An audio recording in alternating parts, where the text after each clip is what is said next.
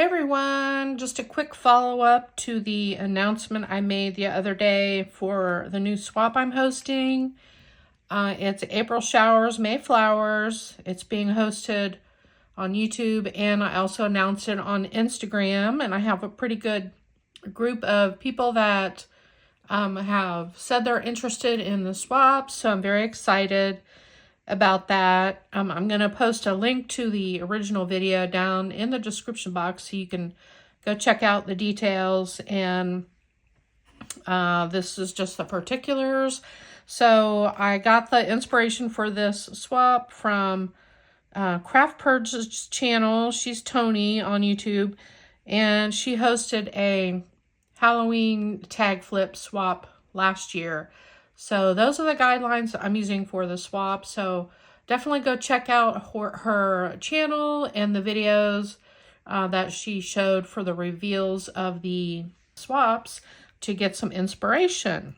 I just wanted to show a quick sample of what I mean by elements to put between the individual tags, because I had a question.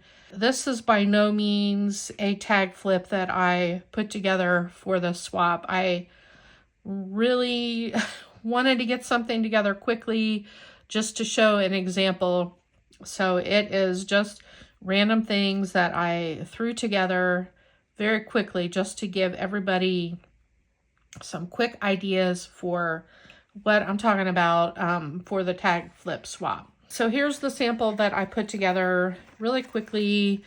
This tag is, I think this is a Chaos Craft. Let's see, here's the tag set I used. I used the biggest tag, and that tag is roughly 6 3/4 inches tall.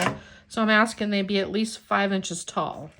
If you use a shaped die set, just make sure it's 5 inches at least.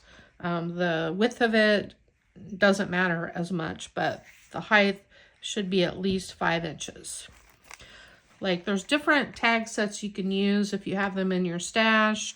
The pocket tag sets have larger backgrounds you can make into tags, or you can just cut them out of paper and clip the corners if you don't have a die set that makes that size of a tag. So if you want to use this one for reference, this one is 6 3/4 tall, and it's 4 3/4 wide. That would be a really good size if you wanted to make your tags from scratch. One of the requirements is to have a tassel or charm dangle on the front. I added 2 different things here if you want to kind of use some of these as an example. Then I have another one inside. This is a charm bangle that I had in my stash, and I'm just hung that on the front here. You could do something like this. It does not need to be this chunky. It can be a simple little dangle. Or if you want to gift some trim samples, this doesn't really even need to be made into a tassel. I simply just gathered it up and tied it around my ring here, and that looks super cute on the front, just like that. So that is acceptable. Or you can make a tassel and have that on here. This one was gifted to me by Leslie. She is Labor of Love, and I just love this little tassel here. So that would look really cute on the front there. Look at the colors match perfectly. So something like that would be really sweet to put on the front of a tag flip. My tags, it came undone. Hang on, let me fix this. Okay, sorry about that. I definitely probably will not be using this as my binder ring. I do not know how to keep that locked. At any rate, this is a nice big binder ring. If I could figure out how to get it to stay, I would use this. If you don't have binder rings, metal ones, there's some at the Dollar Tree in different sizes. So I have not decorated my tags. I haven't done anything with them, but this very first tag here should be really decorated. You know, whatever your crafty style is, showcase it. This swap is very open to whatever you want to interpret it as. Just think spring, flowers, birds, butterflies, umbrellas, gardening. So that will be the front tag. And I backed my tags. They are very sturdy. They've got top layer of cardstock, colored cardstock, and then a piece of 110-pound cardstock as the base. So they are super sturdy. I have not decorated the backs yet. I am inclined to decorate the back or put pattern paper on it. Just haven't done that yet. So you'll see in between here, one of the things I'm asking is that little trim sample. This will be a great way to do that, like that. And then here would be a tag for your 2 embellishments.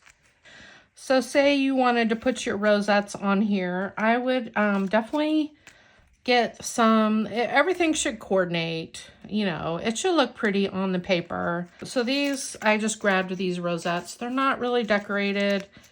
I'll leave that up to the people if they want to decorate, how much they want to decorate them. This die has room for 3 on here. If you have the room and you want to put 3 on here, go for it. If you want to add a little decorative element to your page, that's good too. Put a bow on there. I'm just showing that as an example. So that would be one page. On this page, for a hanging element, if you wanted to put, you know, like you wanted to gift some of these die cuts, you could actually just string these through the binder ring or tuck them in a little envelope like this. And then I just punched a hole in it and that's hanging down. So that's a cute idea. Here I just made a very simple little tassel. You can buy these little clip things at the craft store. And I just added a little enameled charm there. And this is seam binding, so that looks very pretty. It's very flat and just adds a lot to the page. And on the next page, I just punched a couple of stars and hung them up there. And on this page, I've got some of these little ice cream trucks. I just grabbed them out of my stash and they're super cute. They're all decorated up. They look really cute on here. Let me get that star out of there. So those are super cute. They can hang off the edge a little bit if you want. These were a lot of fun to make.